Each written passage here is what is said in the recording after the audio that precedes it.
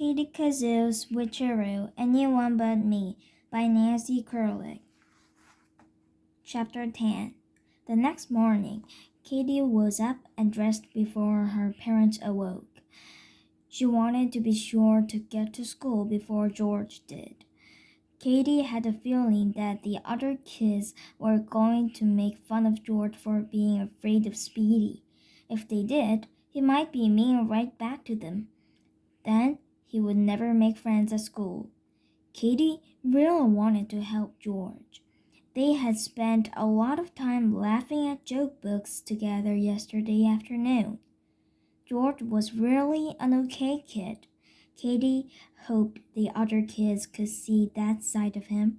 Besides, Katie figured that if George made friends with the kids at school, he wouldn't want to make fun of them. School would be a lot more fun if everybody wasn't always afraid that George would say something mean to them. So, by helping George, Katie was helping all the other kids too. If her plan worked, Katie would be a hero 2 days in a row. Katie got to the schoolyard 10 minutes early. She sat down on a bench and waited for her friends and George to arrive. "You're here early," Susan said a few minutes later, plopping down onto the bench beside Katie. The keychains on Susan's backpack jingled and jangled as the pack hit the ground. Suzanne had a stretchy alien keychain, a slinky dog keychain, a keychain that looked like a Barbie doll, and keychains from Vermont, Texas, and California. She even had a keychain with a mirror on it. Katie only had 2 keychains on her backpack. One was a photo frame with a picture of Pepper in it.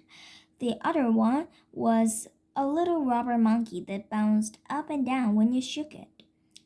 "Are you trying to make up for being late yesterday?" Susan asked. Katie shook her head. "I'm just waiting." "For what?" Katie shrugged. "Oh, nothing." By now, Jeremy and Kevin were there too. Miriam's mother pulled up in her car. Miriam and Mandy leaped out of the back seat. Manny rode up on his bicycle. He locked the 10-speeder to the bike rack and walked over toward the other kids. Katie looked around. Most of the kids in her class was there. Now she just had to wait for George. Katie glanced at her watch. School was starting in 5 minutes. What if George was afraid to show up? The other kids would be sure he was absent because of Speedy. They'd never let him live that down. Finally, she saw George walking up the hill toward the schoolyard. He was walking very slowly, but he was definitely coming. "How come you're so late, George?" Katie asked as George joined the group. "My clock was slow," George replied. "You'd be slow too if you'd been running all night." Katie and George looked at each other nervously. And then the worst thing happened. Nobody laughed. Nobody. The kids just stood there staring at George. George blushed red. He looked angrily at Katie. Katie gulped. This was not good. Quickly, Katie tried to get George to tell another joke, a funnier one this time.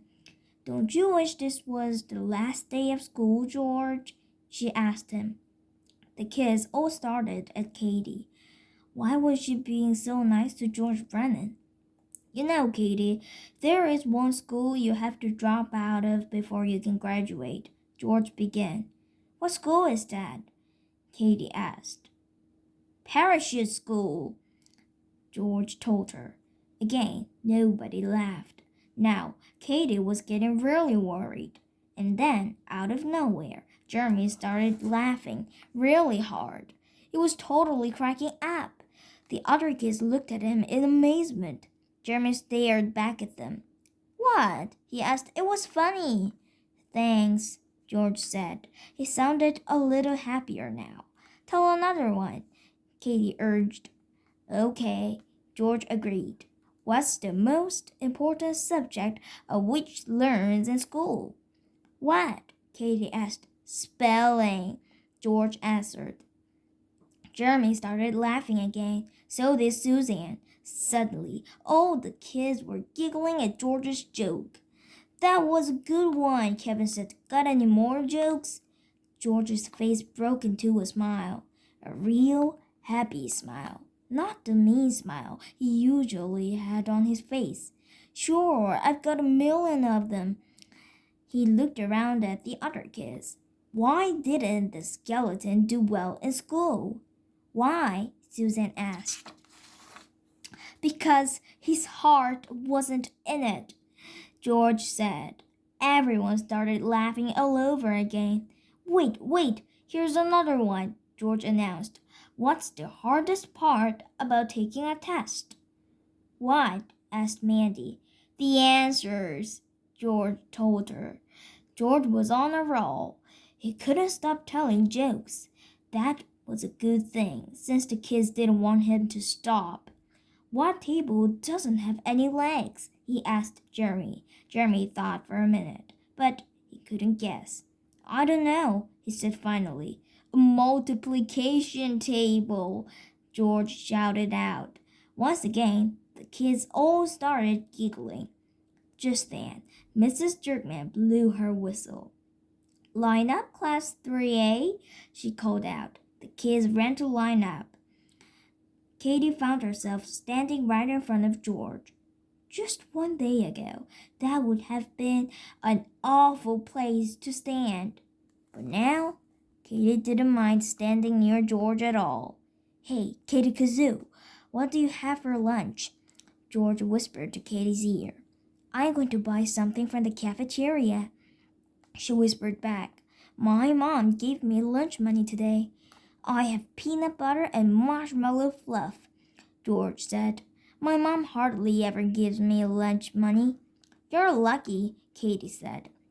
The food in the cafeteria stinks. I'd much rather have peanut butter and marshmallow fluff. We could sit together in the cafeteria and share, George suggested. I'll give you half of my sandwich if you'll give me half of your dessert. Katie grinned. It's a deal. As Class 3A walked toward the school building, Katie felt a cool breeze blow through her hair. She got a scared feeling in the pit of her stomach. Was this the same wind that had turned her into a hamster yesterday? What was going to happen to her now? Then Katie noticed that everyone else's hair was blowing around too. This wasn't some sort of magic wind. It was just a normal, everyday breeze, the kind that cools you down without turning you into someone else. Still, Katie had the feeling she hadn't seen the last of the magic wind. It was bound to start blowing again sometime. So, the only question was, who was she going to turn into next? So that's the end of today's story. Did you like my story? Then push the thumbs up sign or the subscribe button, please. Bye. Thank you for listening.